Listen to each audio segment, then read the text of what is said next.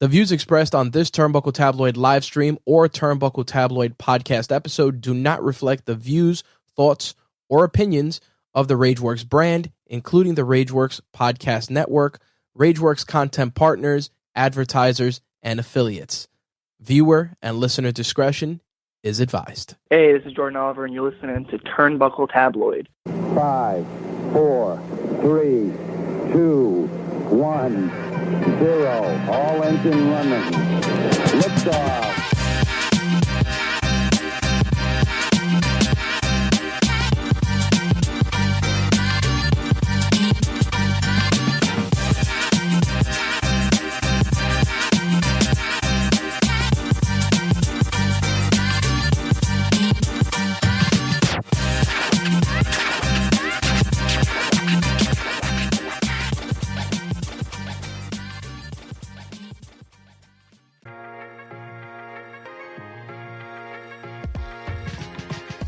Hey, you. Yeah, you, the listener. In case you haven't heard, because I've been basically saying it for the past few weeks, we just started a new network. Yeah, New York Wrestle Media. It's a whole virtual experience visually for all those connected in the world of wrestling, pop culture, live stream video games. Oh, it's happening. And it's not only me doing it. Yeah. Got a few cohorts who jumped in the mix. Covering subject matters as history, indie wrestling, news of the day, pop culture, and like I mentioned, video games. I know, me too. I'm excited. Make sure you check us out on YouTube, Twitch, and on TikTok for New York Wrestle Media. Follow, subscribe, like, be a part of the vibe of all things connected with New York Wrestle Media.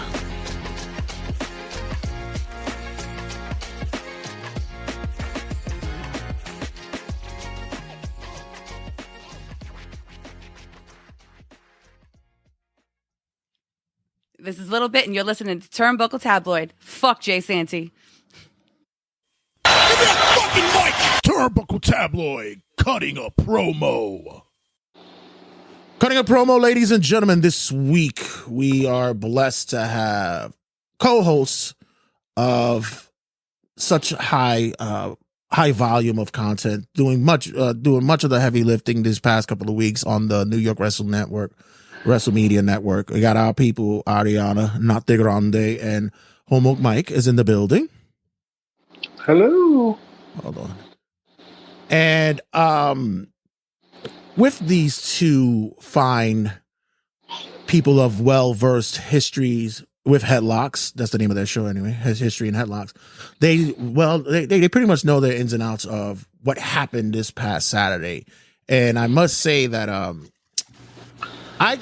want to say that there's been a lot of interesting comments that I've been seeing back and forth on the interwebs this past day. People are having their opinions about what happened at Survivor Series. Before all that, shout out to the Third Announcers Table for throwing such a lavish event at Secret Pour. It was a look at her, she's wearing the shirt. Nice turnout. Nice. That I won, yay! Okay. Shout out to the crew.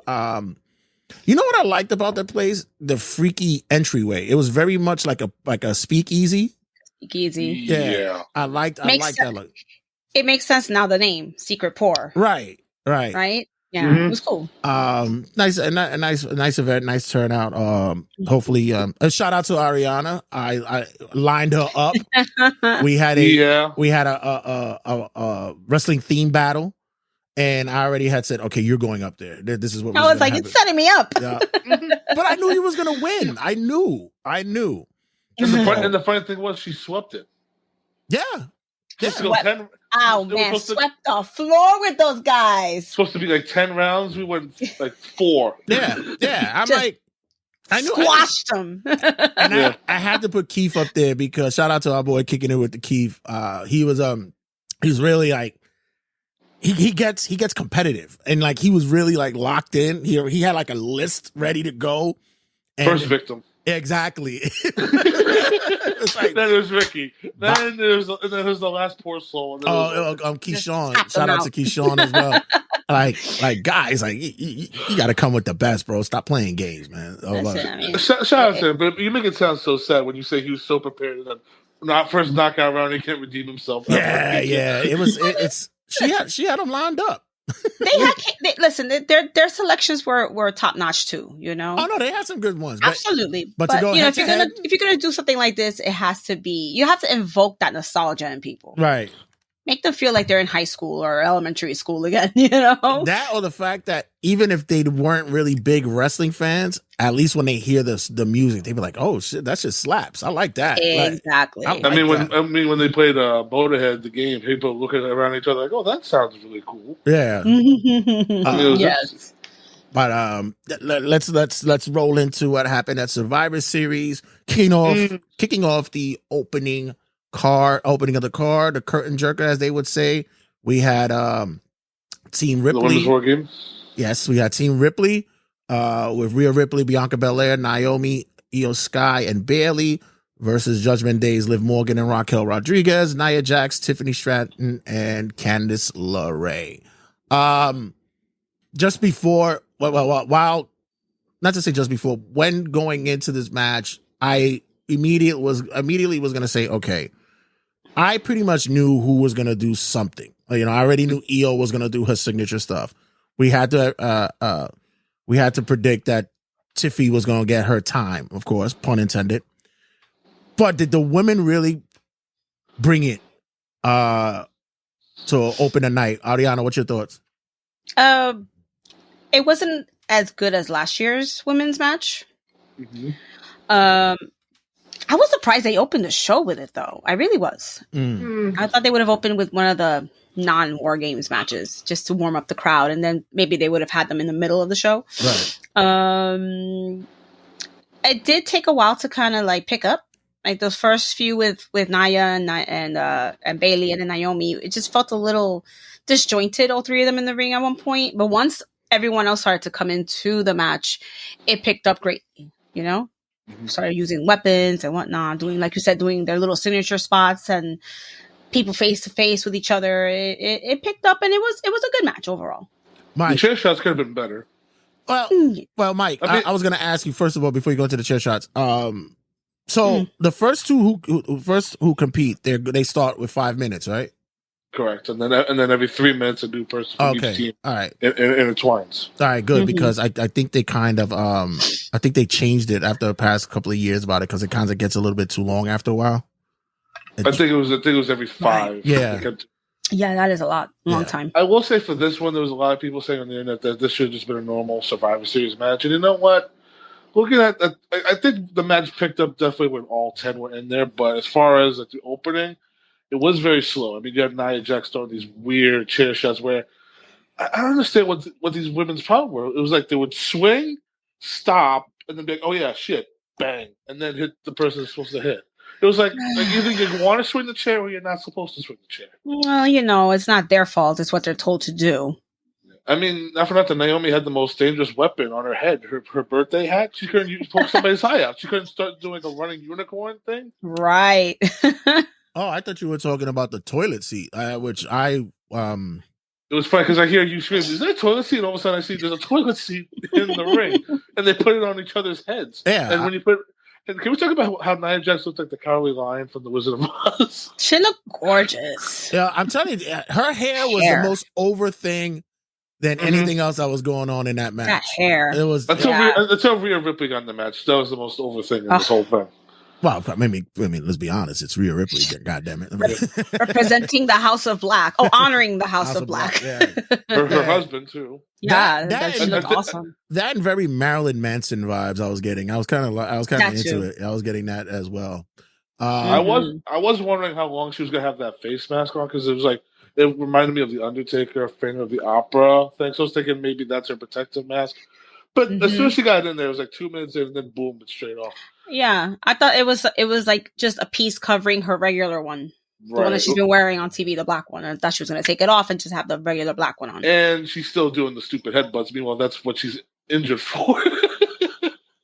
Listen, But you can't shy away with what makes the money. Listen, I was laughing too because I was Right. sitting there going, I said, I can only imagine Buddy Murphy going, she'll walk in the room with the mask and then she'll take it off. He go, no, leave it on. Baby.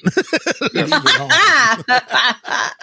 Leave it on. I will give the women credit that they did try to tell stories. I mean, with the part where Tiffany wanted to be second in, the Candice like immediately jumped straight in front of her and ran to the ring. That's something because with Indy being fired, Candice needs something. So maybe her being Nia Jax's new little buddy. And then I noticed that when the entrances happened, when Tiffany didn't have her briefcase, I was thinking, wait, is that on purpose? And it was on purpose because it was in the trash cans later on. Right. Which I don't think she pulled the trash can out, but magically it was in the trash can. Yeah, it was a rope, handcuffs, and then out came the money in the bank. It was it was like a weird magic trick that it's like it was the rabbit, the birds, and then somebody's underwear. Like what? Oh, okay. Yeah, they took the gimmick that the men said no, we're not using in our match. Right, pretty much.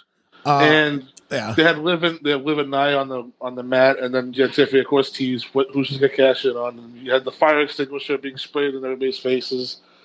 And I thought for a brief second, maybe if she did cash in, somebody would knock her down, get her hand on somebody's like chest or something, and then the count would happen, and she wouldn't realize who she's pinning, type of deal. Yeah, right. You had mentioned that. That was something that I thought was gonna happen as well. Did they miss an opportunity on doing a cash in right then and there?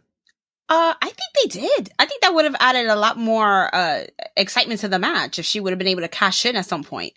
And yeah, that would have been funny if they would have done that spot like that. But like we were saying last night, it kind of would have been obvious that she she's pinning Nia compared to pinning Liv because of their size difference.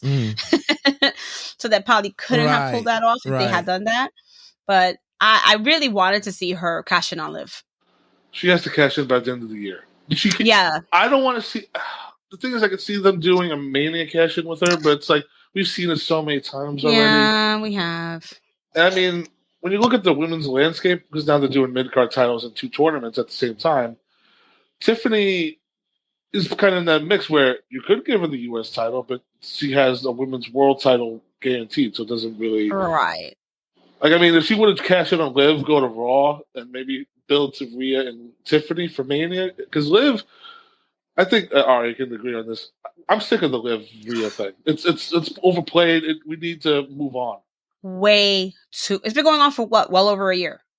Pretty much since the summer. I mean, and I guess, but the sad thing is, there's nobody in the background. Becky's not back yet. I mean, Jordan Grace is like probably like up 2 months away from debuting, and now they're crying a women's mid card champion on Raw, where more than likely Lyra Valkyria is going to get the belt, but like.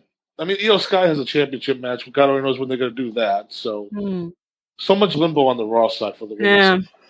Yeah, what's happening now is you're trying to move the pieces around to get more of a different chemistry going on within the women. I'm not saying that the lifting and Liv and Rhea has pretty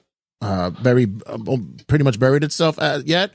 Because, due to injury time with each one of them, they try to... That really dragged it out. Right. That's exactly what it was. A lot of that, worked that way. But the big payoff is just going to be that, Rhea's got to get her belt back. That's just what's going to be the play. And then... And Liv Raquel will go for the women's tag belts as usual. Right. So then what happens after that? Then the next thing is, now who's going to be the next challenger for it? Speculation is Becky will be back by Netflix. There's talks. That's fine. Do we really want to see Becky and Rhea again? Well, no. I mean, I would love to see Rhea with a fresh challenger, someone that we haven't seen come up. Right. There's talks of who was it that took Jade out of commission? Apparently, I really would want to have it to be that it was Charlotte who did it. I think that would make more of a impression. I know I see Charlotte more going for Nia. I think either Bayley or Naomi would be prime suspects for the Jade thing, or Bianca. I think it's gonna be Bianca. Yeah, Also, or just Jade's just so clumsy. I'm sorry, just to interrupt you, but just maybe Jade's clumsy. She just fell backwards. She tripped on a car. No, she fell backwards onto a car. That's what happened. She fell off a bay door. They were doing TikTok videos and she just fell. She just she was doing her right through the windshield. And they just magically forgot that they were doing that. I mean, I will say, because we all expected Io to do the trash can spot, but the fact that they did that and Tiffany did a swanton at the same time, I was thinking you couldn't do one before and then wait a few seconds and do another one. Yeah, because it took away from the swanton. Exactly. Because as soon as Io left, you see the camera cut to Tiffany. Like, wait a minute, hold on, what the hell happened? Yeah, that was the only thing that I said, that they kind of forgot that. Oh, Tiffany did something too. Oh, okay. The camera work was awful throughout these matches, by the way. Oh, I was saying that exactly. I was saying that they were doing, if you play video games, you guys would know, they gave you the WWE 2K24 camera angles. They're all ridiculously cut. It's all like, whenever you want to see the instant replay of a finish, it's always the shittiest fucking angles. My God. What's 5 minutes after the finish? But what could it be though? Could it be because of the way that the rings are set up? Is it because that were they just experimenting this time around? Yeah, I think so. I think they were just experimenting. Because I mean, it definitely looked like a drone cam, right? Like definitely they were testing a drone out. Probably they were on top of the cages. Right. Yeah. I think too, timing as well. Because like I said, like as soon as Io jumped, it was like Tiffany jumped. But I will say the camera work was definitely excellent when we get to the main event spots, where it wasn't everything that was going on in the ring. It was the stuff that was going by the cages, by the entrances. Well, we'll get to that. The best part about the camera work during the women's matches, the cameramen who are the real MVP, who knew when to get the tight shots. All 10 asses, he was able to get into that cage perfectly. Getting the tight shots. That's where he earned his stripes that night. He was getting that tight shot. No, Kevin Dunn, he'd be cut into something else. If it was Kevin Dunn, he would be in there more deep of that perv. He's a freaking, I can't stand him. Anyway, so Rhea Ripley got the win for her team by pinning Liv. So there's your match for Saturday night's main event. There you go. Next up, we get WWE United States Championship. We get LA Knight versus Shinsuke Nakamura. Another one that's getting this very goth vibe, very killer samurai looking. Yeah, almost like he's like he died and came back, right? Like yeah. It's like one of those. I thought he looked great. The stigmata eyes. Oh, I freaking love it. Yeah. All the losses he has taken, he's gone into a depression, so now he wants to kill everybody. And I really, and you know, when you hear of him outside of wrestling, they're like, yo, you don't understand how cool this motherfucker really is. Like he's the sharpest dresser. He's always hip on all this stuff. And then when you see him come in and he carries this persona now, it's like the motherfucker still got swag. Like honestly, he's still swaggy with it. And the funny thing is, he's like maybe like 50% with it, because this is not full New Japan. No. He's calmed down in the last decade. Yeah. He scaled it back for a while, but even still, like the guy still got it. Like it's still there. It still clicks with him. I thought LA Knight was probably at his best yesterday going against Nakamura. He looked like, especially when he does his signature off the top turnbuckle, when he does that elbow. I'm like, when he bounces to the top. I was like, Jesus Christ, this fucking guy. I know a lot of people don't like him, but I'm one of those that was like, I don't understand why they don't. I mean, yeah, they don't like him because they say that he's a fake Rock and a fake Stone Cold and all that bullshit. I mean, yeah, sure, I could see both in them, but it's a great way. He's a great homage to them, though. Right. But it's also like the people also want Rock and Stone Cold, and LA Knight is the fucking closest thing we're ever going to get to that. So be happy something on the roster is like that. But I want to ask this before we get to the actual outcome, because they announced this match at the beginning of the week, like at the last minute. Like it was like, because before that we had 3 matches announced. We had 2 War Games and the World Title match. Right. Did this seem a little rushed to you guys adding this last minute? Kind of, because he just came back literally, right? Like 2 weeks ago? Right. All right. So then they only had 2 weeks to really build up this match with Knight. But I don't know. I Like hate they couldn't put a classic Survivor Series match with like just even the whole card felt a little meh. I was just laughing because I was just looking up LA Knight. He had a rig name called El Hijo de Trump. Of course he did. Yeah. I've actually seen clips of this. It's actually pretty funny. I want to see that. That is hilarious. Gotta see that, yeah. My opinion, I was saying it through the night, not through the night, but during this match, and I actually predicted, and I said Nakamura should win and needs to win because I'm a fan of foreign wrestlers who have the U.S. title. I don't know, there's something about it. It just seems a little bit disrespectful in a way. So I like when they carry it.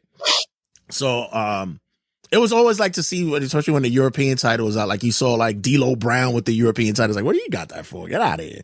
Like, or Kurt Angle. Yeah, right. It was like, okay. But for this match, and you talked about Rush, this match was only 10 minutes. I actually thought it went longer. I could have gone longer. It. Yeah, so Ariana came back in the middle of it, and then like 2 seconds later, like Nakamura won. And I was like, pleasantly surprised though. Yeah. As soon as LA Knight gets a U.S. exclusive like design belt, they immediately take the belt away from him. But you know what? The fan base will grow and swell with LA Knight again, and then he'll find his way. And you know what? Sometimes that could be a paperweight for certain wrestlers. Sometimes you got to start looking at the bigger picture down the line for him. He's 42 years old. He's not. He doesn't have a lot. He probably doesn't have a lot more years in him left. Maybe a heel turn is needed for him, for the people that are stale of him. Maybe, but as of right now, I don't think that's happening. I think right now there's such a that catchphrase is like it's all over the place. Yeah, because he did originate as a heel, and it just caught on organically and just went over with the fans. Well, he just seems like another guy stuck in limbo. So, it could be worse. He could still be Max Dupree. Oh, you know what, Jay? You're fucking right. He could be on the Indies right now, or be in AEW right now. Maybe he'd still be with the Maximum Male Models. Exactly. Nakamura gets the win here for the newly crowned United States champion. Next up, we get a triple threat match for the WWE Intercontinental Championship. We get the incoming champ Braun Breaker versus Sheamus versus Ludwig Kaiser. Sheamus is the best in-ring WWE performer this year. No question about it. I'm so happy. This guy's consistent. I'm so happy that they just love to shine that bright light on him just to make him look like he's glowing. You were saying that he was just glowing. He was emanating through. I didn't need to put the house lights on. You know. I think this is the first PLE he's been on since the Rumble all year. Right.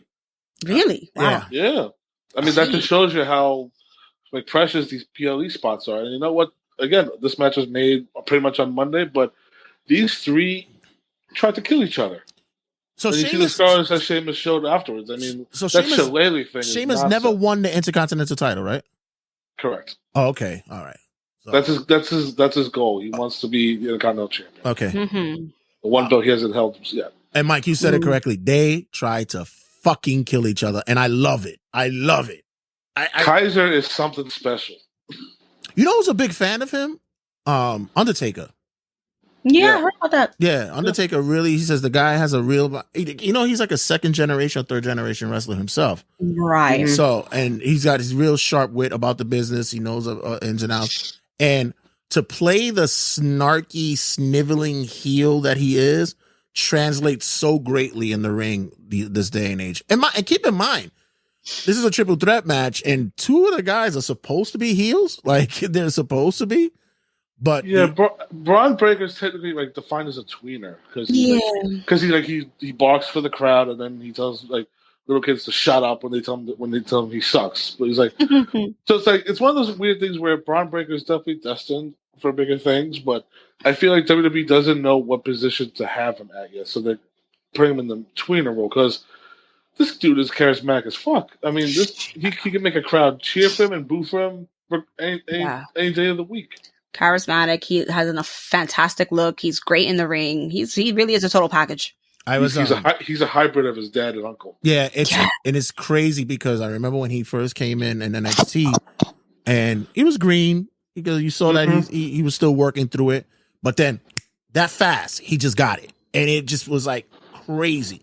And people even say, especially when you see him do his spear, there's many have said that, oh man, it looks so violent. But a lot of people say it's soft. Like you could take it easily from him. And the way that he hits the ropes, the way that, it's just, I see him champ, like main card champ within 2 years. Gotta be. Have to be.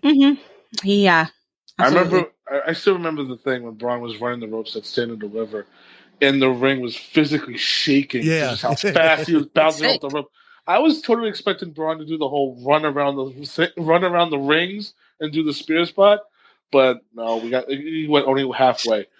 And I mean, Kaiser, I thought Kaiser was in this to be physical as well, but also eat the pin. But he showed he belongs in this mid card because once him and Gunther split, he'll be fine on his own. Giovanni Vinci is holding on for dear life on a life I know. The meme right now is when Kaiser's up against the barricade and Sheamus just comes up from behind. That's the meme right now. Mariah Carey. When December 1st hits and you hear Mariah Carey.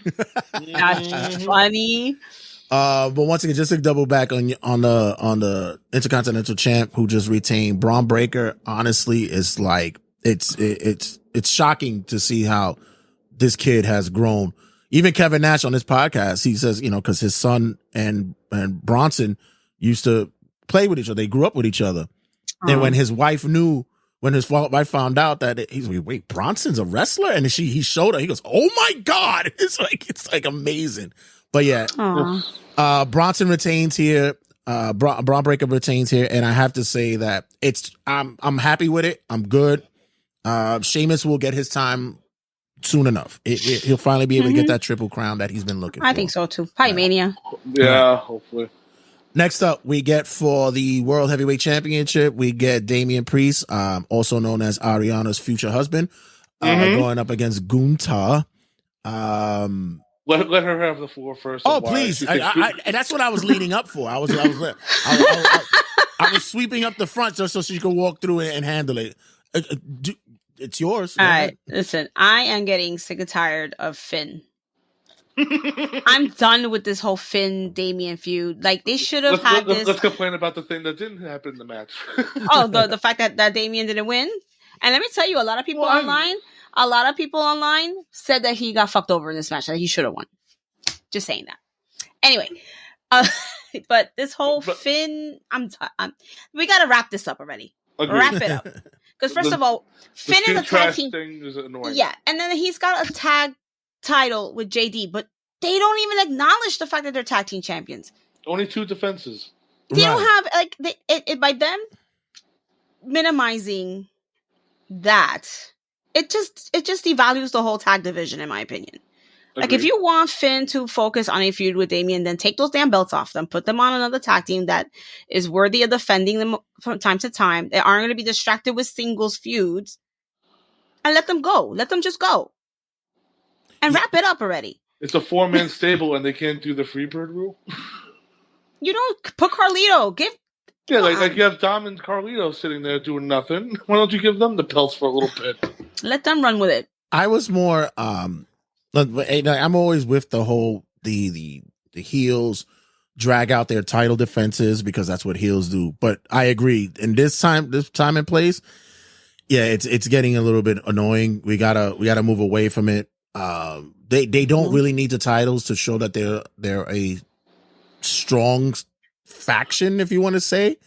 They're not even that anymore. Yeah, they're weak as fuck. As soon as they kicked Rhea and Damian out, the group is not like, it's lame. It looks like jabronis. They just feel like a comedy act right now. Yeah, we saw that after the PLE that they attacked Damian as well. So I guess they're trying to show more dominance. That's what it is. I will say Damian did look I think he did better performance-wise than the first match with Gunther, because they did tell the story that like Gunther's off his game. He did recover from the Cody loss, so Damian was taking advantage of that. And right, this was the first time you really saw Gunther actually get like taken advantage of. And Damien was on the offense for pretty much a good portion of this match. And he was doing some stuff that you really haven't seen him do in WWE, like that the Hurricane off the top rope. Mm-hmm. I mean, that's things you would see him do in Ring of Honor or in the indie scene, but never in WWE. Because they don't let the big men do stuff like that. And I'm like, why don't you let him do that stuff? Like, let him show what his full ranges. He's not just a big man. Yeah, I also liked the story of the ring general. That's where his finest work is, his in-ring work. When you got the street general, the thug, he goes out there, he knows how to handle business that way, and that Street King. Yeah, the Street King, and then all that culmination. I like the way that ties into their storyline, giving Gunther the doubt of the whether or not he's still the same guy he was when he won the championship. Mm-hmm. It really spoke well in this. I didn't think the Balor thing was going to happen, but when it did, it kind of took it away from me for this whole match. It did. It was definitely that moment of like, are you serious? We're going backwards, right? I mean, Mike, it was better than Goldberg coming out like you were. You were predicting. I would have walked out. But the sad thing is that's still coming up though. And this is what I told you, because I understand why a lot of people say, "Oh, Gunther's stale, or he's boring." WWE have been pushing him like no other heel before, where he's a dominant heel, he wins all the time. They have a goal. They want him to go to WrestleMania with the world title. That's all fine. But I think for you and other Damian Priest fans is that he's stuck in limbo with a lot of these upper mid-carders who, because by WrestleMania time, we now know it's probably going to be him and Finn again. But it's like, it's like Damian Priest could be doing so much better. I mean, him and Breaker for the IC title 1 week, but it's gonna be a bullshit finish. Because why? Finn Balor doesn't want him to win anything. Exactly. Until these two are separated, it's gonna be forever for Damian Priest to get back to the top. And that's a scary thought. Yeah, and they do the draft yearly. Because I always feel like those kind of forever feuds, like when you had like in the LWO with the Fantasmas group, like let it go already. Like you can't keep repeating the same feuds over and over again. You have, or even like American Made and YS6, the Alpha Academy and YS6. Like, please, we gotta get them. There's so many other people backstage worthy of time on TV. Put them on. Which, by the way, YS6 have not been on one PLE yet, and they debuted in June. Like, seriously, what are you waiting for? You couldn't do one. You couldn't do like a 4-on-4 Survivor Series match. I feel like that whole YS6 storyline was shat on really fast. They dropped the ball with them really fast. Yeah, I know that they're trying to do something with the whole Karrion Kross Miz thing. I don't know. It's as much as I think I like. It's more about the aesthetic, how cool they are. The look is. The one thing that I do look forward to, hopefully it happens, is when because another one that's on the table to return is Alexa Bliss. They're talking about Mania. I think she's going to come back even before then. I would not want her to be anywhere near this YS6 thing. You already got a female. I actually would want to see her and Nikki Cross have something going on there. Other than that, have their feud going on. Yeah, I'm sorry. What were you gonna say? Oh, sorry. They could have her come back. Like, what are you guys doing? Like, this is not, to me, like, it's not honoring Bray, what you guys are up to. Right. So that's where the feud comes in, right? I mean, the only thing, as far as I would go with it, is if, like, say, Alexa's about to walk out for her match, she runs into them, and maybe like they do like a group hug thing, and they look up to say like this is for you, Bray, type of thing, and that's it. Because I don't want spooky Alexa back. I would just rather have a normal Alexa Bliss character, whether heel or face, but nothing with the doll. God forbid, with the fucking doll. Right. Oh, she could just pick up where she left off. But I mean, going back to what Jay said, having them feud with Nikki, where Nikki can taunt her with the doll, taunt her with her past, Also, with those women's Intercontinental, Nikki Cross technically would be in the tournament, right? I would think so. Yeah, like you're not gonna waste her on the sidelines with the tournament on the line. Yeah. So, just to wrap that up, Gunther gets the win here by technical submission. I mean, he needs to finish. It was what it was. He didn't tap out. I'll just say that he didn't tap out. And it shows like Gunther still can defeat him without interference from Finn. Right. Now let's remember, this was Vince booking. Goldberg would kick out of that submission, roll out, and then spear jackhammer 1, 2, 3, and it's over. Oh, Right, Jay? One way along the line, we're going to see Goldberg make a return. I'm telling you, one way down this line, we're going to see this. Do it at the I'll have to Rumble. take a break. Just do it I'll at have the to take a Rumble. break. She said she's going to have to take a break. Because you know what's going to happen. They're going to do it in Saudi Arabia, and guess what Jay's going to say? New World Heavyweight Champion incoming. And then we're going to see Goldberg defend against John Cena. I'm telling you. First time ever. Dear God. No. Don't bring that up. I'm telling you. I don't even want. I don't listen. Bring it up, it can happen. All due respect to Cena, I don't want to see that man have a belt. I don't care. Have him do his retirement tour. He does not need another belt. He's going to get the belt so he can break Ric Flair's streak. That's his record. Enough, man. Stop focusing on these old timers. But that's why. That's exactly the reason why they're going to do it, because Rick has now become the shadow of his former self. He's just not the Rick that anyone. I mean, he has his fans, but that whole record is now going to got to be tossed away. And sorry, but Mania Cena will be winning a title. I'm telling you. All right, let's be real here. Regardless if you want him to win the title or not, you at least got to at least do the program or do the feud. Because I mean, a feud's fine. Yeah, I mean, John Cena next year's big programs. I mean, he could be feuding with Dominic Mysterio, Braun Breaker, Gunther, Logan Paul. I mean, you're also gonna have the one last matches with Punk and Randy Orton. Yeah, I know. I'm just naming off all your favorites that make it real more interesting for you. And you know John Cena's going to do next year's War Games. I mean, he said he's committed to anything next year, so we'll have to wait and see. Yeah. Finally, I'm not a fan of Cena, so I'm like, whatever. I'm the only person who's like, oh, I thought he retired already. Wait till we talk about your boo next in the main event. Finally, we get for the men's Royal Rumble match. We have War Games. War Games. We had the OTC, the OG Bloodline versus Bloodline 2.0. With the assistance of CM Punk. Yeah. Can I just suggest that I'm surprised no Seth Rollins appearance at all, or no mention of him? That was the big thing for me. That kind of, I was kind of like disappointed with that.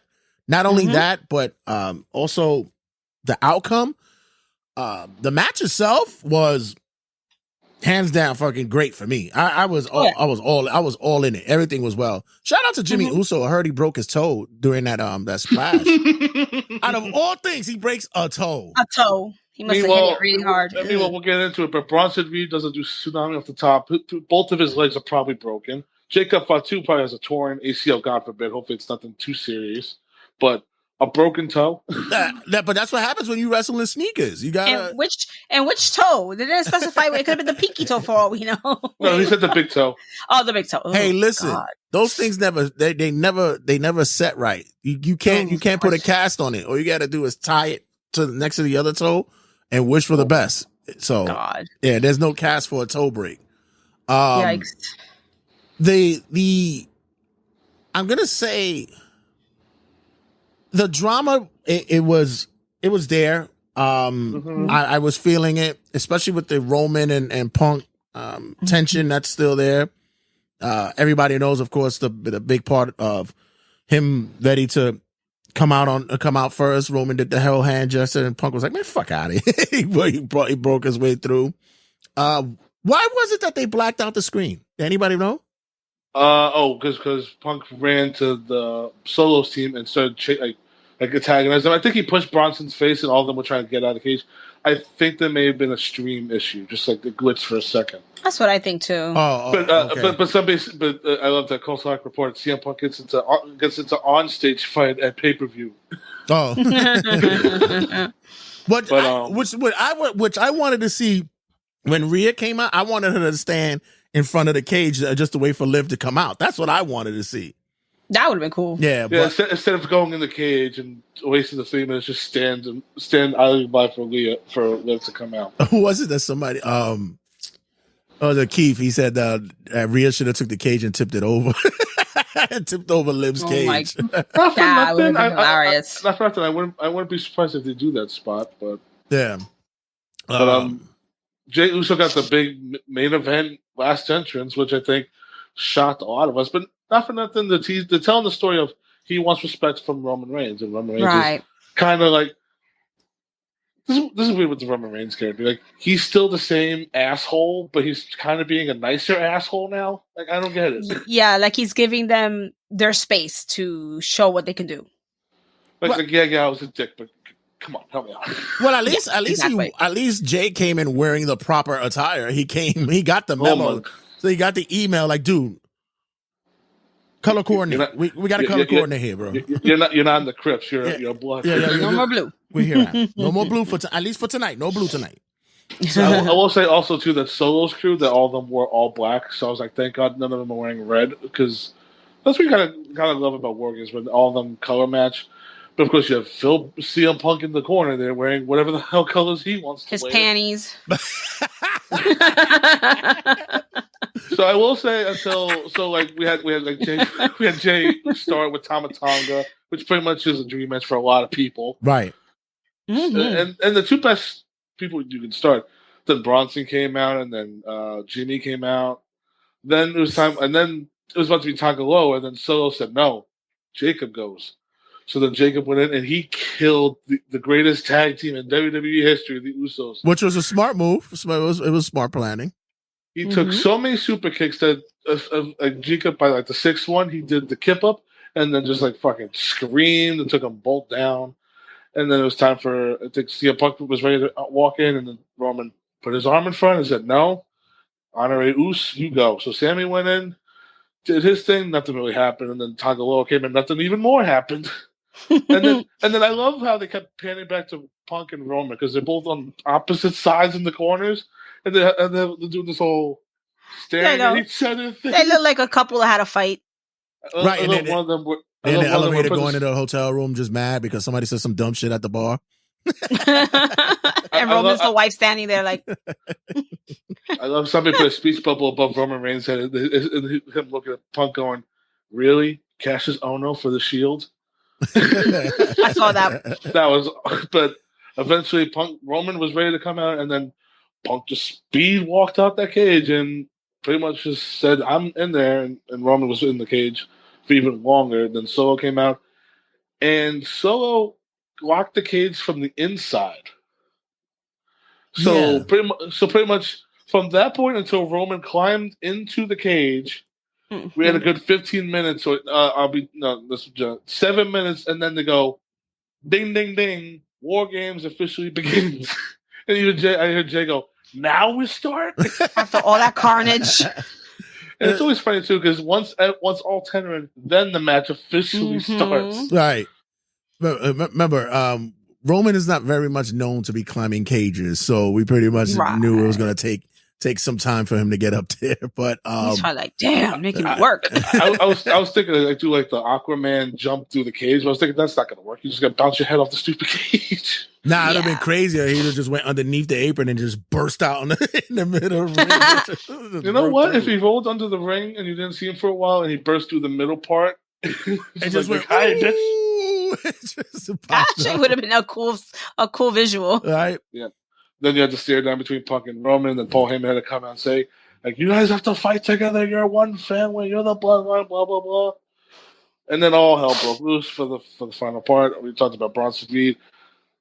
I don't want to say jumped, but just he fell forward with his tsunami splash. But that's how he does it. He flapped his arms. Yeah, but that's how he does his tsunami anyway. That's how he does it as well. That's how he does it anyway. He doesn't he does jump. a little flap. He just, you know. Yeah, but when you're on top of the cage, there's no ropes to bounce off. There's just lean forward. Yeah, he just drops. Yeah. And reportedly, he hurt both of his legs badly. He had to be assisted to the back.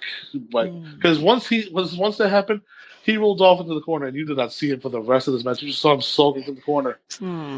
Poor Jacob. Probably. Yeah, before Jacob. He went for like a whisper in the wind type of move. And once his legs hit the rope, one of his legs buckled, and then he fell backwards, and then you see him grabbing his leg, and you see him saying like "shit," or like he was definitely screaming in pain. But this bastard gets up. He's throwing super kicks with the leg that he just hurt. Yeah. Jacob is a freaking beast. Jay, I'm waiting for you to say like work. Meanwhile, as soon as he threw the super kicks, like, oh, shit. It's like, this dude knew I need to make myself. This was a star-making performance for Jacob Font too, and he wasn't gonna go out with a whimper. Bronson tweeted, and he says injuries are short-term, memories last forever. So it looks like he's gonna be making a road to recovery soon. But listen. These men went out there and knew that they were going to have to put on a spectacle. And sure enough, they did. You know why? Because, for me, the past couple of men's war games were like, all right. Right. Yeah, this one had to be the epic one. I'm not a fan of the finish, though. I was not a fan. Like I said, I wish that we could have got a Seth Rollins spot. And I would have probably wanted to see the 2.0 get the win because it extends, I guess, the reasoning why Solo needs to be with the chili pepper chain. But I guess we're starting to move away from that now. Or is that what we were going to see? It's been 6 months of Solo Sikoa down our throats. It's time for him to take a break. Because, I mean, it was pretty much down to the OG Bloodline and CM Punk facing off with Solo, and Solo was pretty much defining. It was like, I'm the tribal chief. But you see Roman's interactions, he's kind of had his arms out. He's like, I'll forgive you. Like, enough. Like, let's stop fighting. Because maybe at that point, they wanted to convey Roman's character saying, like enough is enough. I've seen what have caused all of us are fighting each other. We need to be on the same page. Blah blah blah. But so said no, and then Jey Uso. I know he's slapping his thigh, but his foot hit his brother in the face so damn hard.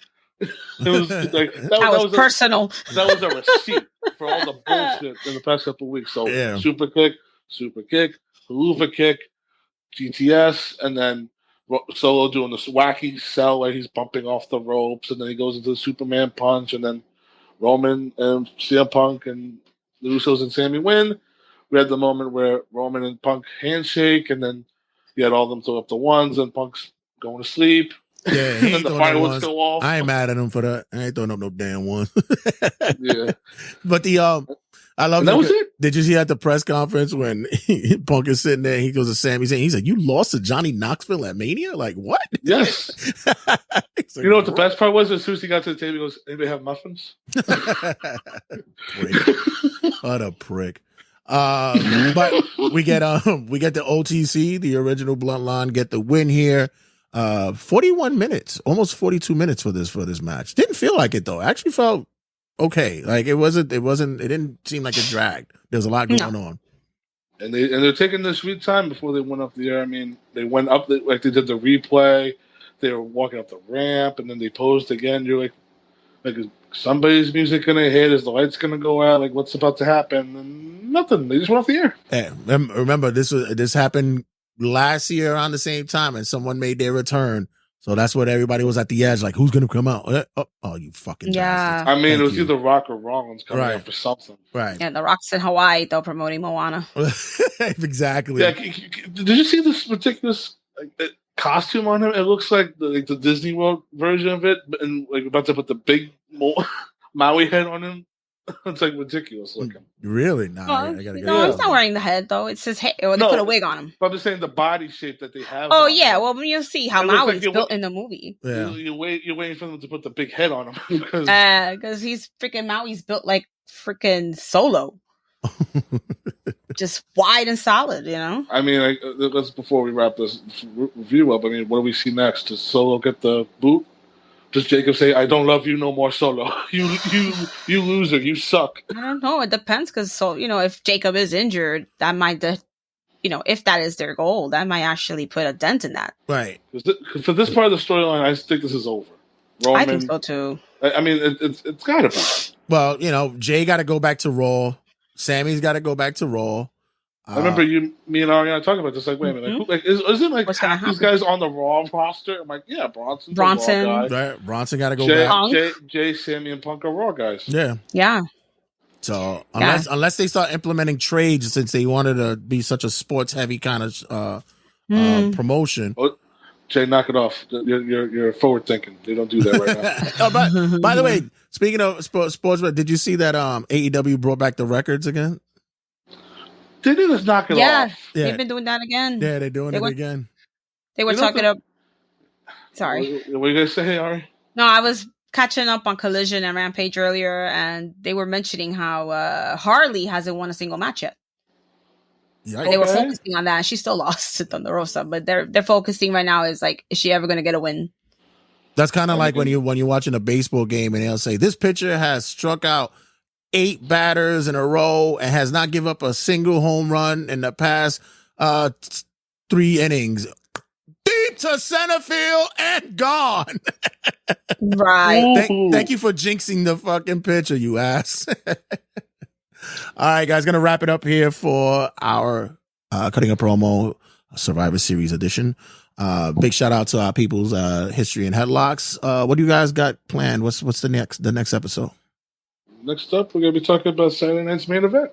Just in time before the next Saturday night's main event. Always remember that promo, that introduction when Hogan does this in it. That brings back childhood memories. Yeah, with the song Obsession playing. Yeah, exactly. Jay, that just sounds like all Hulk Hogan promos with you posing like that. That just sounds like all his promos. Oh man, I just that could be a show alone. You guys sit and just listen to all of Hogan's promos. Lord. No. It's funny you say that because next year we're gonna be doing wrestler episodes, and eventually we're gonna have to cover Hulk Hogan. Yeah, exactly. So that'll be one episode. We're gonna be waiting on that one for maybe 5 years. All right, guys, don't go anywhere. Stick around. Much to talk about. Wrestling rundown coming down the line, and much more. Check you guys in a sec. This is Daniel Garcia, and you're listening to Turnbuckle Tabloid. It's Wrestling Rundown with Jay Santy. Live from New York, it's Turnbuckle Tabloid.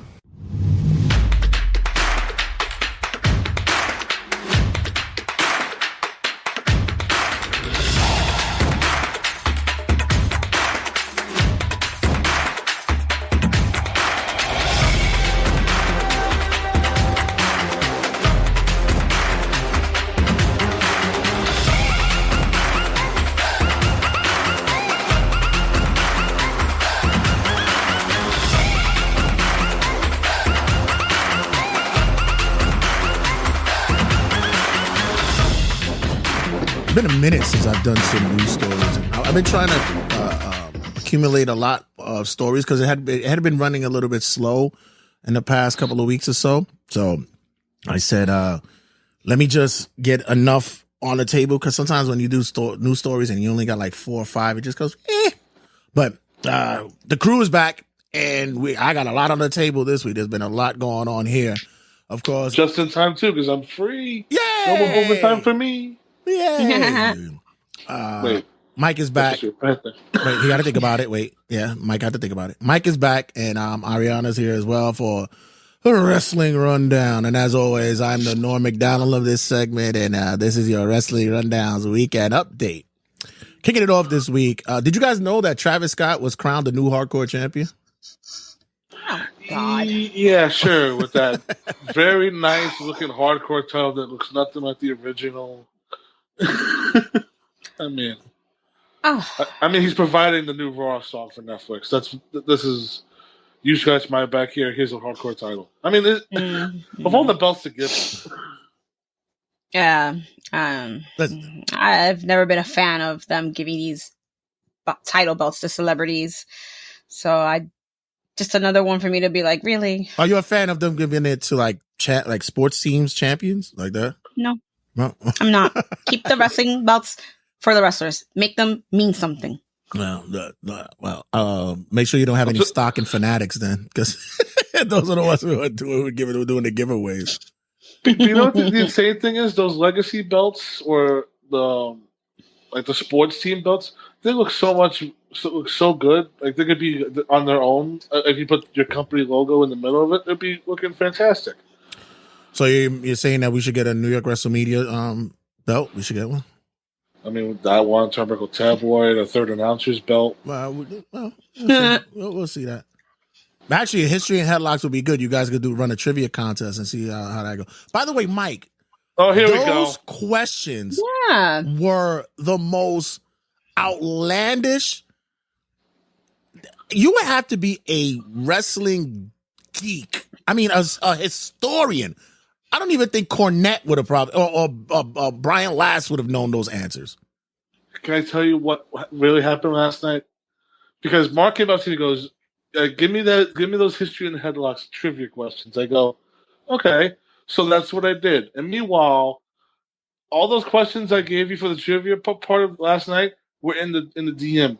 You could have looked at all those questions and I said, didn't see any of it. I didn't look at it. I didn't see that. But you're a part of it. No, I didn't. I had no idea that they were doing that. I didn't know that. Okay, but also too, this is even worse. So them two should have been check the questions, or at least have prepare on their own. Don't ask the person who's coming to your event, hey, we need 10 trivia questions for our trivia question segment. I mean, listen, even Ariana, who knows her fair share of wrestling, was like, what the hell is this? Wait, am I missing something? The trivia questions. You don't remember the trivia questions? No, because what happened was me, Ariana, and Chrissy went to go get food. So that was during the time you guys started doing the trivia stuff. Okay, yeah, we were on a hunt for food, man. That was it. It wasn't because of that. It was something else that Ariana was like, the fuck? But yeah. So Ariana, what happened was we got there, and I get approached saying, give us 10 trivia questions for the trivia show afterwards. I'm like, okay, I gave them 10 questions. So we go get food.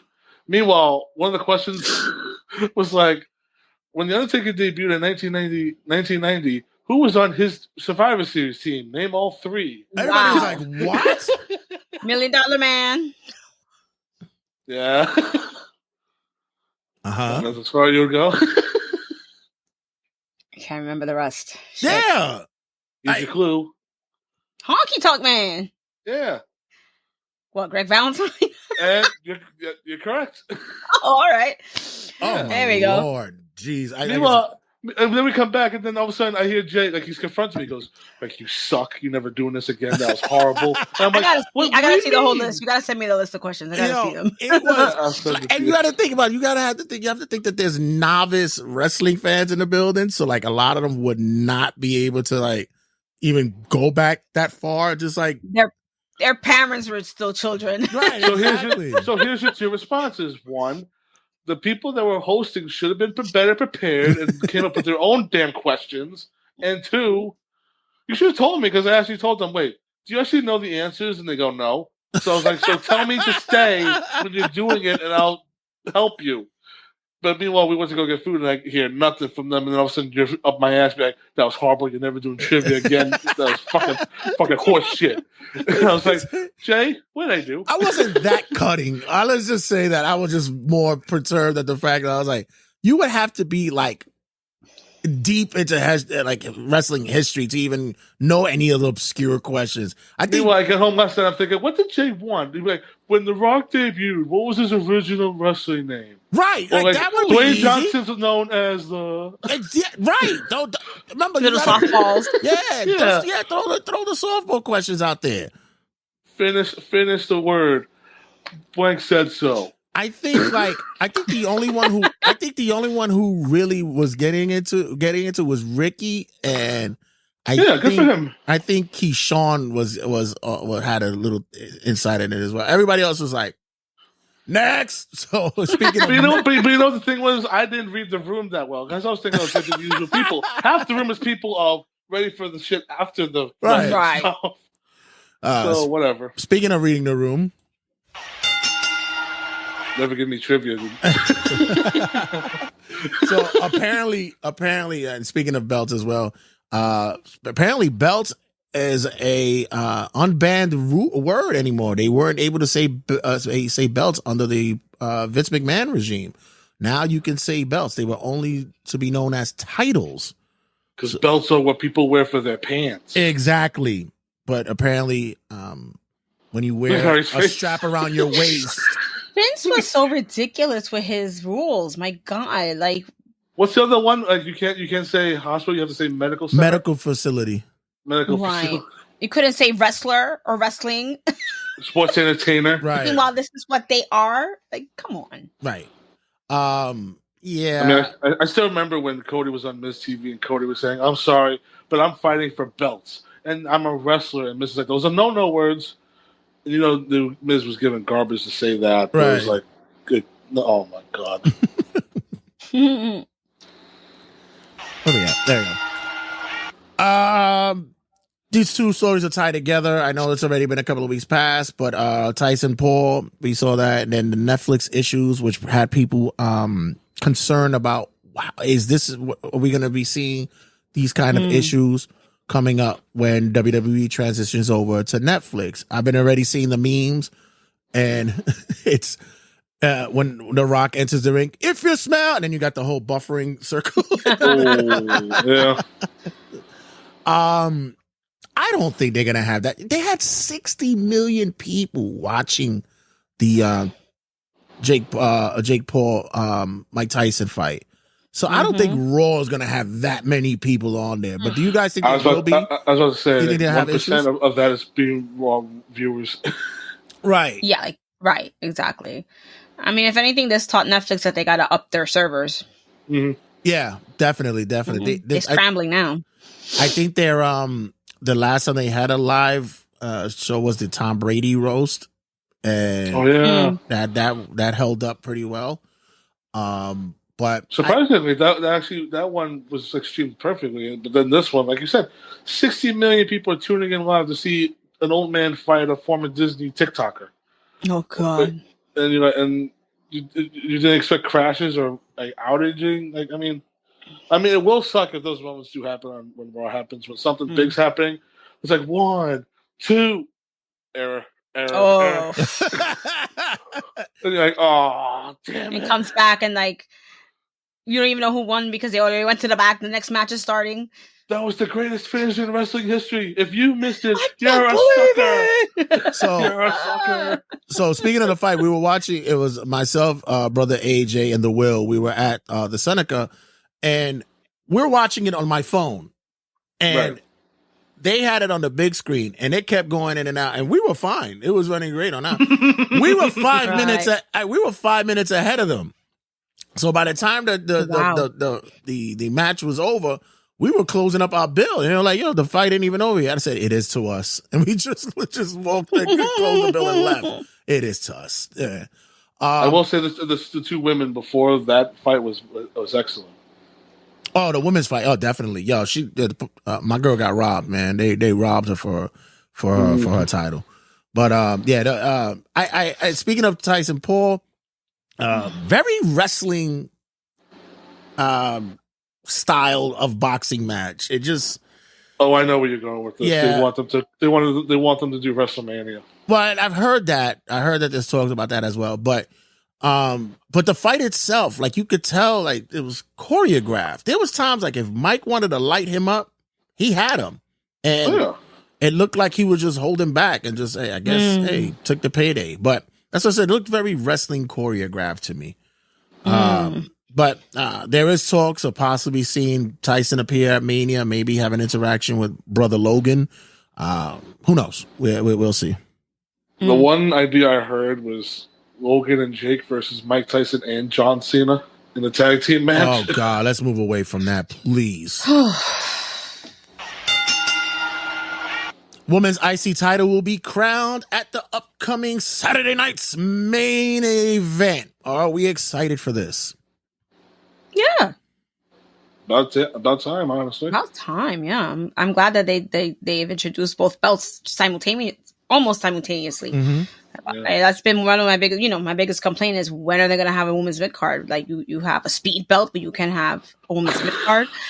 You have a crown jewel. But come on. So I'm really glad that they finally wait a minute. pull the trigger with it. I just think it's 5. When you said the speed title is like That would be the 5th women's title that they currently could fight for. I always forget that they have a women's. Yeah, you know what? Yeah, you're right, because they released that one first, and I'm like, this is what they're giving these women. And I just realized that women's IC title will be on. Is it going to be on SmackDown or is it going to be on Raw? Women's IC is on Raw and women's US is on SmackDown. It's the same with the men's.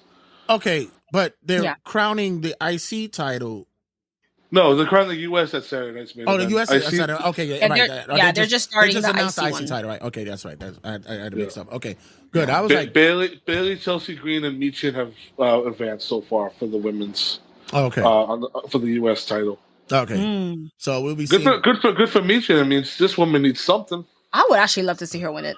I actually thought that awesome. I would have actually thought that she would have been in the women's War Games match because that fit her element well. Maybe not Bailey so much or Naomi, but they did hold their own. I can't say much for that, but they did. Yeah, they're definitely telling a story. But I mean, I see Bailey and Naomi in the women's finals. Right. So, also, they've already announced a second Saturday Night's main event, which is going to be the following month. It's going to be January 25th. They're cranking it out. They're getting that TV time out there. Jay, can I ask the question? Sure. Can I ask this question? Wasn't this an agreement when they went to Fox when they're supposed to be out Saturday Night's main event every month? I thought that was a part of the agreement. I don't remember that. But they've always that was a part of the agreement. But WWE's always had a great relationship with NBC, and that's basically been their distributor of Saturday Night's main event. Are they running it at 8:00? I believe so. It's gonna be 8:00 Eastern, right? Okay, good, because they usually used to run it at 11:30 at night. They used to be there. I remember really late. Yeah, that used to after their Saturday night sitcoms. Yeah.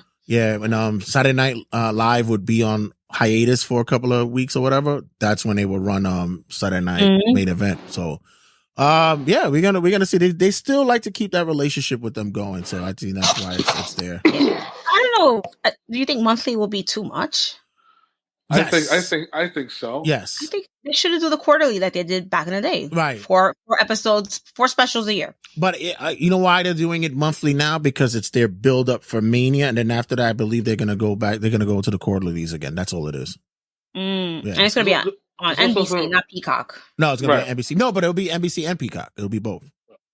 They're probably trying to milk the last of what they have with Peacock. Right, as well. Yeah.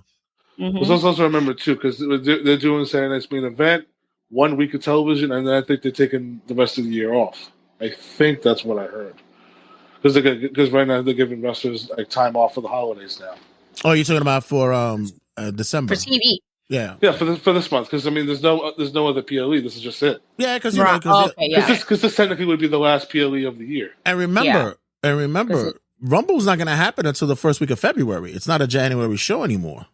For the first time, yeah. Yeah, so that's going to be interesting. They're probably going to do like Raw Day 1 and New Year's Revolution SmackDown like they did last year. Probably, yeah. That'll probably be what it is. I'm glad that they're doing that for the wrestlers, man. It's good. Finally, they start acknowledging that they need time with their families, especially the way that the schedule is now, how it falls. Like Christmas, I think, is like on a Wednesday and shit. So like, they really shouldn't be on the road anyway. And they do bust the best stuffs anyway.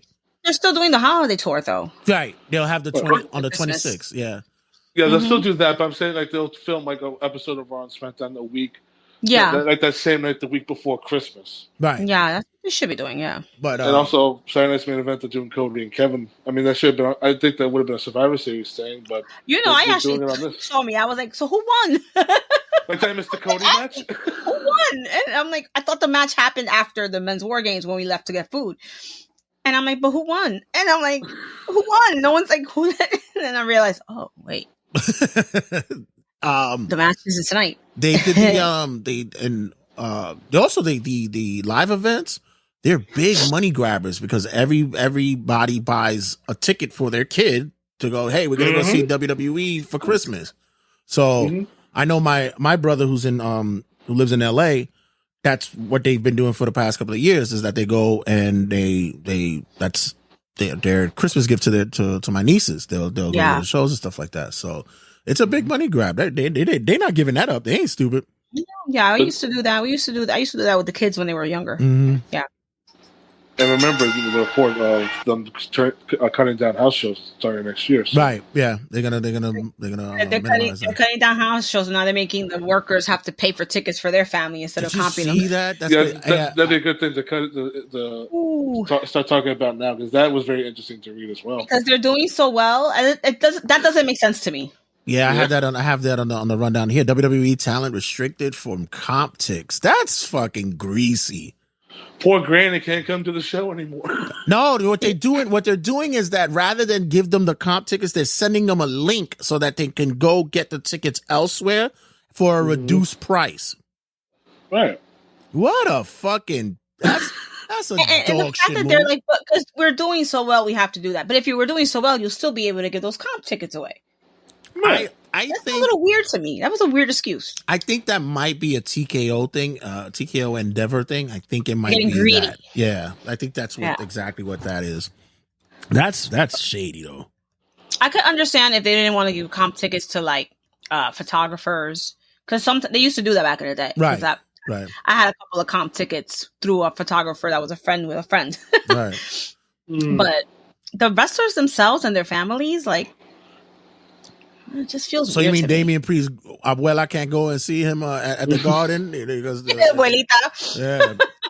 I'm sorry, Abuela. We're not going to be able to give you the tickets this year. No, Chad Cable's kids can't be in the front row crying. You could come, but you have to pay this. El Champion don't got tickets. No, we don't know. No tiene pasaje. No. It's like, ay, abuela. He still tells her he's a champion. Meanwhile, he's not the champion. Soy el campeón. Where's your belt? Oh, it's in the car. It's in the car. It has to sit there. I can't take it out. Speaking of campeones, the new speed champ was announced, and it's Dragon Lee. Yay! Next. No one cares. Oh.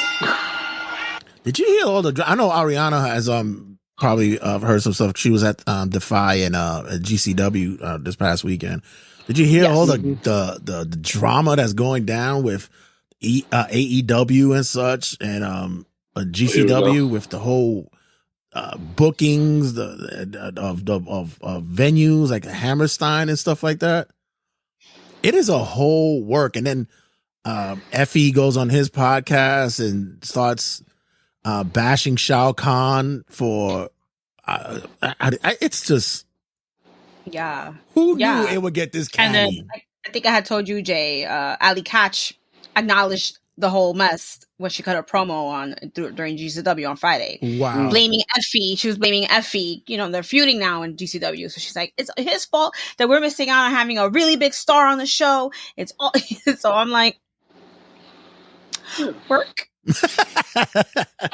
Oh, and also I think Ricky just did an interview where he was bad mouthing MJF. Calling him a fake Roddy Piper Flair or something like that. I know Ricky was on Chris Van Vliet, and he was very open about like why he's not like around. Because I mean, let's be real here. Ricky Starks popped up at the GCW show in the mall, and then he got announced against a fair match with Matt Cardona, I think next month, and then all of a sudden he gets pulled due to Effie comments. And now Matt Cardona is wrestling Effie. Yeah, Effie. It's one giant mess. And the GCW owner who's complaining about Tony Khan knew I was going to book the building, so that's why he booked it. Dude, you don't own the building. Right. If you wanted to buy those dates, buy those dates. And Starks is only blocked from working at GCW because he's pulling up at House of Glory in Chicago. So it's real petty shit. And don't blame AEW for your tickets not selling as fast as you thought they were. Right. Didn't you tell me that their prices were reduced? They were reduced because when I looked a few weeks ago, remember, Mike, I told you the tickets were like in the $100 range? Right. They're not. They're lower now. They're like in the $60, $70, $80 range. Wow. Look at that. And this is with all the accoutrements, fees and everything. Right. So I was like, oh, and keep an eye on and see if they dropped a little more. Right. Yeah. I mean, I wouldn't mind paying it, but I'd rather pay less. Well, let's remember this is a redemption because a couple of years ago, it looked nice, but it was overall not a good show. But I did want to try again. I mean, we're saying this. Yeah. Meanwhile, we might be in the building for said show. But oh my god, was that the night with the Moxley match? Yes, with Moxley and Homicide. Oh god, I was so hurt by that fucking match. That shit that disappointed me so. That was also the show, I think, with the opener where people were like jumping off ladders. The ladder Ladders, was yeah. breaking and they're falling off. Yeah. Yeah, right. Yeah, it is a redemption story. I guess that's why they're doing the whole Peoples versus GCW, because they felt like they were attacked by the people so much. They were put on trial, basically. Because the people said the show sucked. Which by the way was a great video. I thought that was a great promo that they did. A really good job. Yeah, they're doing a good job with that, especially like Charles Mason showed up in the gear, in the orange jumpsuit with a crazy beard. Yeah, that was he doesn't look clean cut anymore. Like he usually does. That was what a weird jumpsuit. A Warren suit with white buttons? No, but the thing was, it took me a minute to realize that was him. I was like, oh shit, that's Mason. Oh, okay. Yeah. Because we haven't seen him around House of Glory recently. So like, wait, because he had to go out GCW, he got arrested. So we didn't. Right. So he's like correlating that with killing the COs in the truck, in the van and stuff. Listen, I live the gimmick, bro. I fucks with it. I'm good with it. It's gonna be fun. It's gonna be funny when it's gonna be funny when WWE puts an ID tag on him. It's just him killing somebody. What? Their next WWE ID, Charles Mason. And then they'll take it away. Oh, it's too violent. He killed somebody for real. Seems as though that Mike Bailey is done with TNA. Yeah. There is talks of possibly I saw something that he was probably WWE ID tagged. Was he? Did we hear? No. Did we hear any of that? No. Nope. No. There was a rumor that he was going to be debuting in the Continental Classic, but now he's not. But I would still think he's on his way in. I mean, him and Takeshita would be a great start for him. But yes, please. Yeah. Speedball. He's been friends with Evil Uno. He's friends with the Young Bucks. So it's no surprise where his next destination would be. Yeah, because I know I heard a rumor that the possibility of him debuting in the Continental Classic would have been if like Darby would have had to have pulled out because of injury. Yeah, because he legit fucked himself at the end of the pay-per-view. Yeah. Like causing a car accident. But I mean, Darby still wrestled. He lost, right? He lost, right? He lost to Brody. Yes, he did. Mm-hmm. He lost to Brody. So, I mean, it looks like they're still going to keep going with him in it. Darby's going to die in this tournament.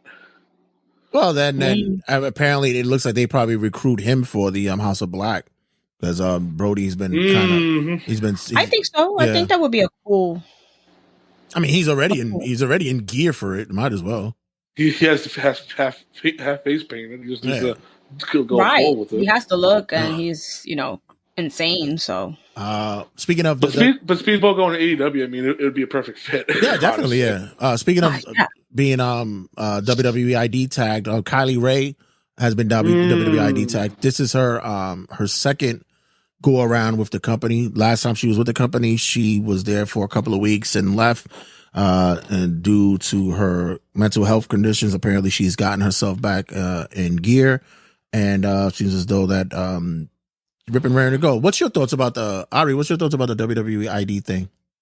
I'm still on a wait and see kind of thing. Like, I've heard that even if you have the WWE ID thing, it's not going to prevent you from doing any kind of like independent work with AEW. Right. Which I was very surprised to hear. I thought that once you had that locked in, you were going to be blocked from doing things, you know? So I'm happy to hear that, because at least it gives people still an opportunity to get exposure, you know? But I don't know. I'm still kind of on the fence about this whole WWE ID thing, especially when it comes to the schools themselves.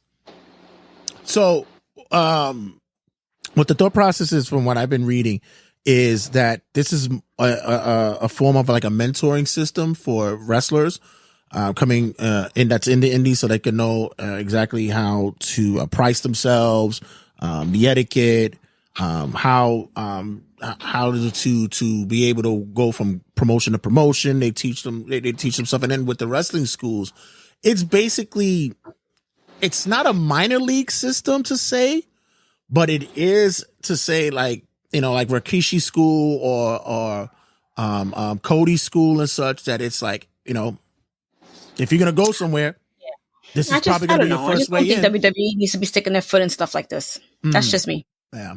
From what I've seen so far, it's pretty much, holy shit, like, let's give this person a big picture that says WWE ID on it. And all actually it is like when WWE, if they want to sign him, they have first dibs. And if the person says no, then other companies could then place their offer. I don't know. I feel like a lot of these people are gonna have this, and they're not even gonna get signed. But the thing is, it was interesting to see Kylie Ray got it because she's had this stint for a couple of years now of joins the company, leaves in 2 weeks due to mental health. Now I'm hoping she has all her priorities straight, and I do hope that her mental health is okay. But that was one of the ones that caught me off guard because I'm thinking a lot of the newer talents gonna get it, and she got it. Hell, listen. I guess they needed something to like spark interest to be like anybody can be ID'd. Well, that and the fact now your rate goes up now. You're gonna get booked in the indies now. Hey, listen, I'm a WWE ID now. So, I saw she's getting a title shot against Mance Warner at one of the future GCW shows. Look at that. Mm-hmm. So now your stock goes up. So have you guys seen Ben Bishop's videos about it? Mm-hmm. Oh yeah, he took the meat folder and drove.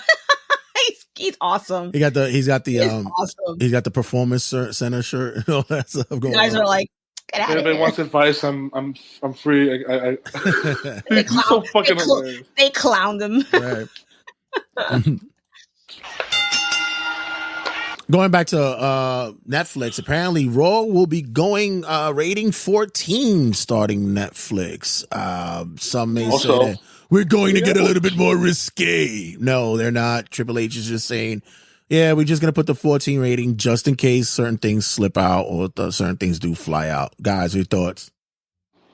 Liv Morgan, I'm going to fuck you up. Fuck you. You're gonna see a lot of F words. That's rated R. That's not even 14. Really? Yeah, rated 14 is like rated PG-13. Yeah, that's all it pretty much is. Yeah. No, I don't think they'll say fuck. I mean, I'll be happy when the crowd allowed shit. They'll say bullshit. Yeah, I'll be happy when the crowd. I'll be happy when the crowd says this holy shit and there's no holy bleep. Right. You can hear clear. Yes, exactly. Because apparently we're not, we language is such a harsh thing to do, especially, listen, I grew up in a household where everybody cursed, used foul language, as in haven't affected me not one fucking bit. So, I mean, look at you now. Look at me now. Yes, I run such a straight-laced podcast. I mean, the fuck. No, but it's good though. Like, especially when it comes to now we don't have to see grayed out blood. Like, it's okay, it's fine. People, it's fighting. That's what happens. You're gonna see blood. Yeah. But yeah, I think it's just something to say. It's just precautionary. Roman has already said that. Yeah, I'm not gonna be using foul language if we're on Netflix or something like that. Okay. Cut straight to his first promo. I'm gonna fuck you up, Brock. But you know what it is too is that sometimes it's like, although there's children watching, like the masses is like, you don't have to speak to us like children. We get it, Right? Yeah, we it's fine. Like you say, like this is a kid's product. Meanwhile, their favorite word is bitch. Right. Every person under the sun has to call each other a bitch. Please, have you not heard these freaking kids in video game chat rooms? Oh my god! Ooh. Get wrecked, shithead.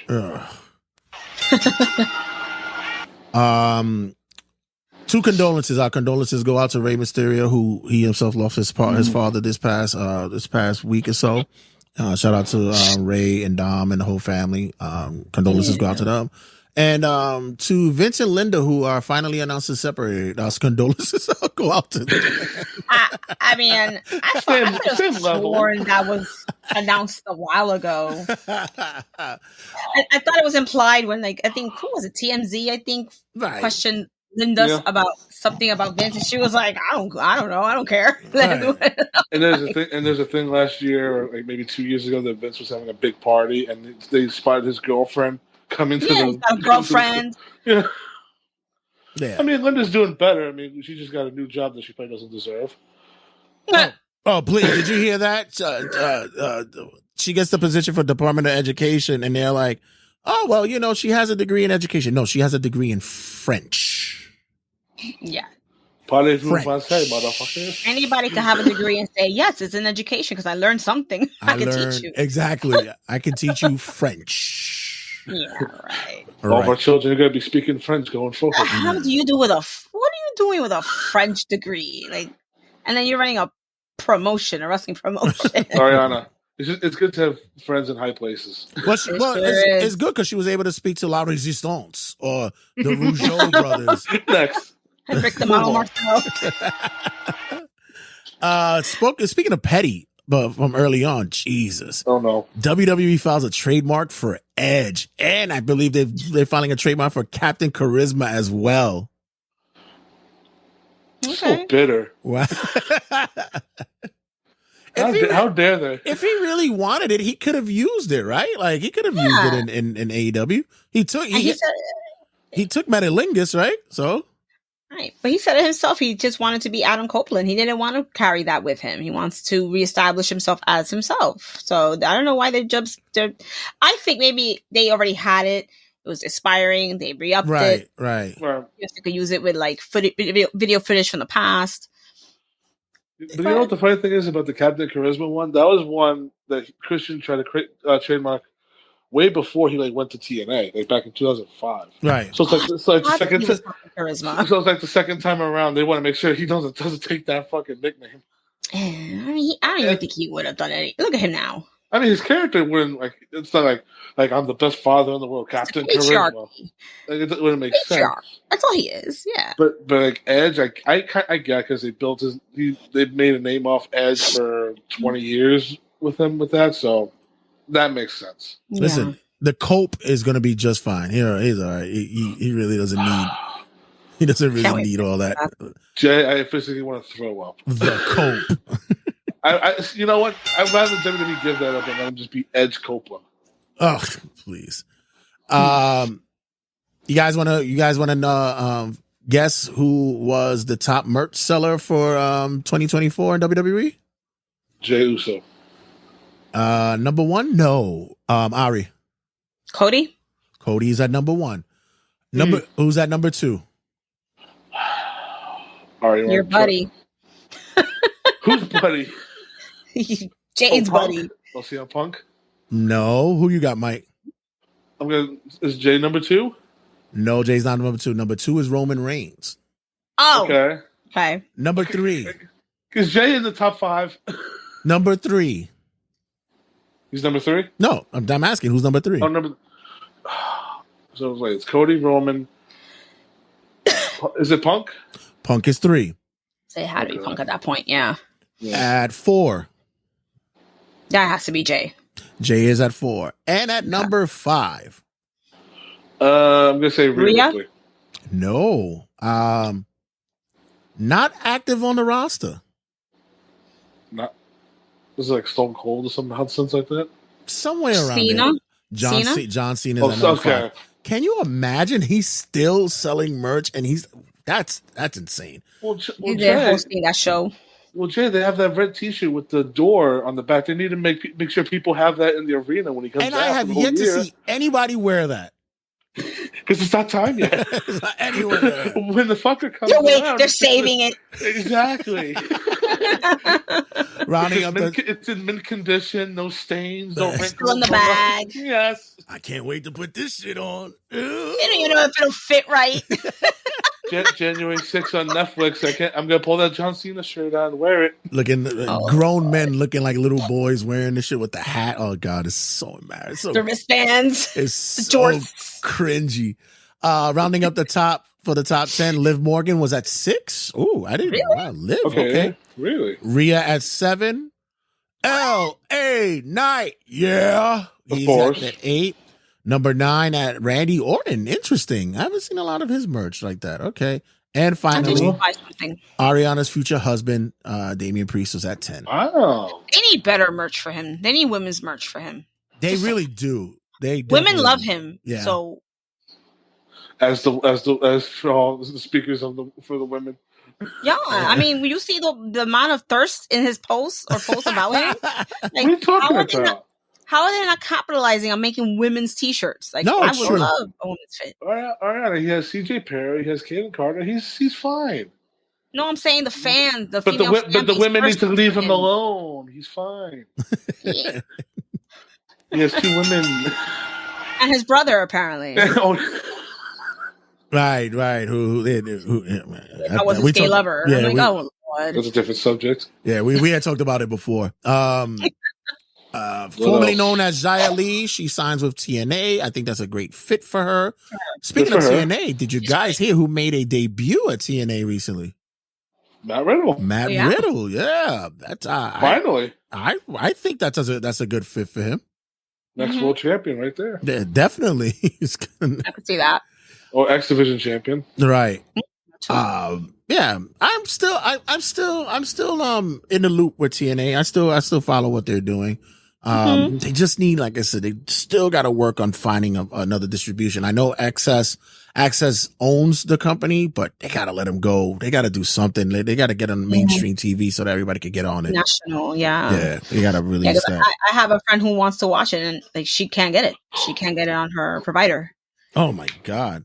A lot of her favorites are on TNA. She can't watch. You should lend her your prize that you got the other day. We won't talk about it. And but I will say for TNA, when the new year comes around, it's going to be very difficult because I do expect a lot of roster people leaving, like Jordan Grace, like a lot of the contracts. Josh Alexander said he's retiring. He could be going to NXT for all we know. He's retiring to NXT. Exactly. Yeah. I didn't know he said that. That's his new play. Hey, listen, NXT's in Florida, so that's where all the retirees go to. They go to Florida, right? We say that breaking news. Penta goes to NXT.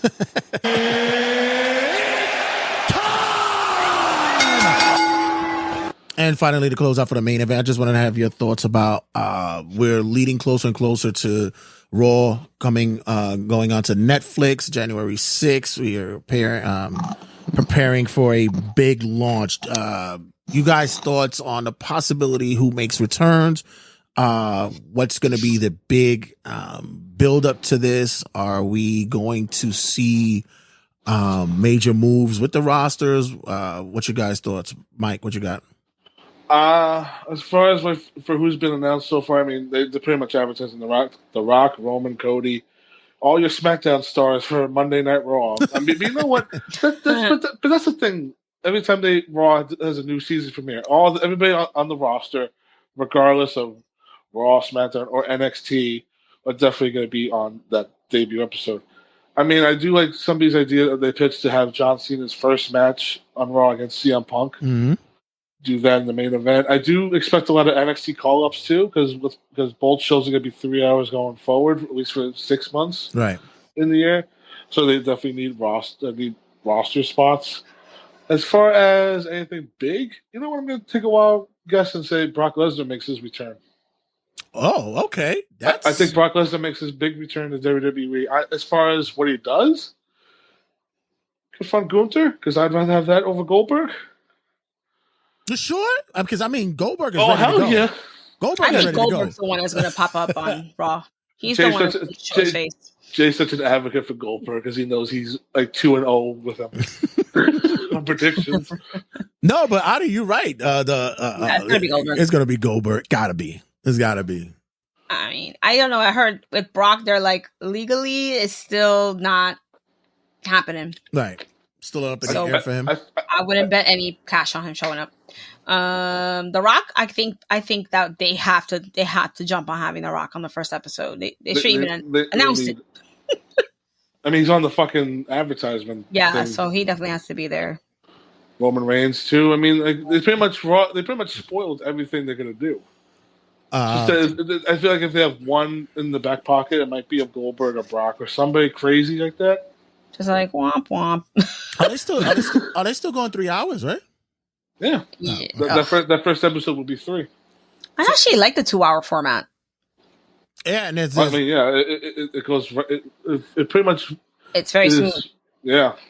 And it looks like that there are talks for USA to compensate for what they lost with Raw. That SmackDown is going to probably go 3. Mm-hmm. Yeah, exactly. That's why I expect like Ethan Page, Oba Femi, Roxanne Perez, like a lot of NXT people to be called up to the SmackDown roster. Because also, when you have 2 women's mid-card belts, you need women. So expect women like Roxanne, Gigi Dolan, who's Priscilla Kelly, A lot of women, like Alexa Bliss, is definitely on her way back. Shotzi Blackheart too.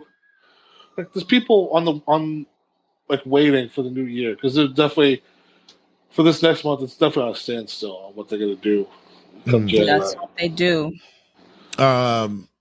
We all do. Everybody has Netflix, right? we're all, Yeah. I barely use it, but yeah, I have it. And it's so funny. I'm like you out here. The same thing. Like I barely use it. Like if there's nothing that I actually go to for it for anything. Honestly, like I'm just so off the grid. But I have it because I have like the whole group a subscription. So I know I know Sally uses it and whatever, and everybody has a share. But I hardly, if ever, go on there. And like now, it's like, well, they're gonna see the volume come up for me when Raw starts. When it happens over there, they're gonna see, hey Jay, we haven't heard from you in a while. Good, welcome back. I hope that they don't do the whole. Are you still watching? Right? Oh my god! Like an hour in the middle of a major moment, you're like, no. It's like every hour. You better not do that on a live show. But I need to ask. So again, Raw is that? What else are we getting? Like once like Raw is done at the 3-hour mark, is it available on Netflix or Peacock? Like how's it going to work? It should be. Streaming service. Yeah, it should be one of those that once it's done, you could get it like at any time, like afterwards, so you could actually watch it afterwards if you missed it. It should be like that because the other live stuff that they had worked that same way. So it's a better pickup because if you would ever have like USA Network as an app, you probably didn't get Raw until like a couple of days later. The same thing when it happened with SmackDown when it's on Hulu or stuff. Like it just took like a couple. And now it's not even on Hulu anymore. I don't think. So yeah, now because wouldn't it be funny if you missed the live 3-hour Raw and you have to wait the next day for it to be on Peacock? Like it's nowhere on Netflix ever. No, Peacock. Yeah, and Peacock is worse because like I think Peacock is like you get Raw from like 2 months ago. Like they're not even they're not even caught up with anything. Well, you know what's actually better on Peacock with that now. Like it's pretty much on the next day. Okay. Because remember early on we had so much issues with Peacock and their PLEs and how it was running and stuff, and now they've gotten so much better with it. No, not much of a lag. Hopefully Netflix does not have an issue like we mentioned before, but we don't think that 60 million people are going to watch fucking Raw. Let's be for real. Hell no. All right. No. But that's going to wrap us up here, guys. Make sure you check us out on all the social media outlets. Check us out on the like and group page for Turnbuckle Tabloid. I'll be back on Facebook soon. I'm just slowly but sure. I'm starting to feel whether or not I need it, but I kind of do. I still have people in my life that I do connect with on there through there because they don't have Instagram. I need you to have it. Oh, okay, Mike. Fine. I'll start working on it this week. You know what it is? I've expended so many of my emails that I don't think that I can get in with any other one. I think I'm gonna have to create a new email. So I'll be back on them. You're inadvertently taking a social media break. And no, because I'm still on Instagram and I got to take my verification off because that was the only way that I could get them to help me to get my account back to end up turning around and say, no, your account's disabled. We can't do anything for you. Sorry. Wow. Motherfucker. You know what? It's all right. All right. But make sure you check us out on all social media outlets. Now I just depressed myself. Make sure you check us out all podcasting outlets that's available. iHeart, Spotify, wherever you could get podcasts, we are available. Believe me, I know because I check myself. We're everywhere. And also make sure you check us out not only here on YouTube, but also make sure you check out New York Wrestle Media on YouTube as well. Because why? You get our two lovely hosts that are here right now. You get Ariana, you get Mike for History and Headlocks. Much more content. Call it a pinfall. We didn't buy a ticket. Under the ring apron and much, much more, guys. So please subscribe, like, be a part of the vibe of all things connected to New York Wrestle Media and Turnbuckle Tabloid. Thank you, guys. Yeah, you're welcome. Anytime. All righty, guys. And as always, as I tell you guys, the listener, check you guys in a sec. 5, 4, 3, 2, 1, 0. All engine running. Liftoff.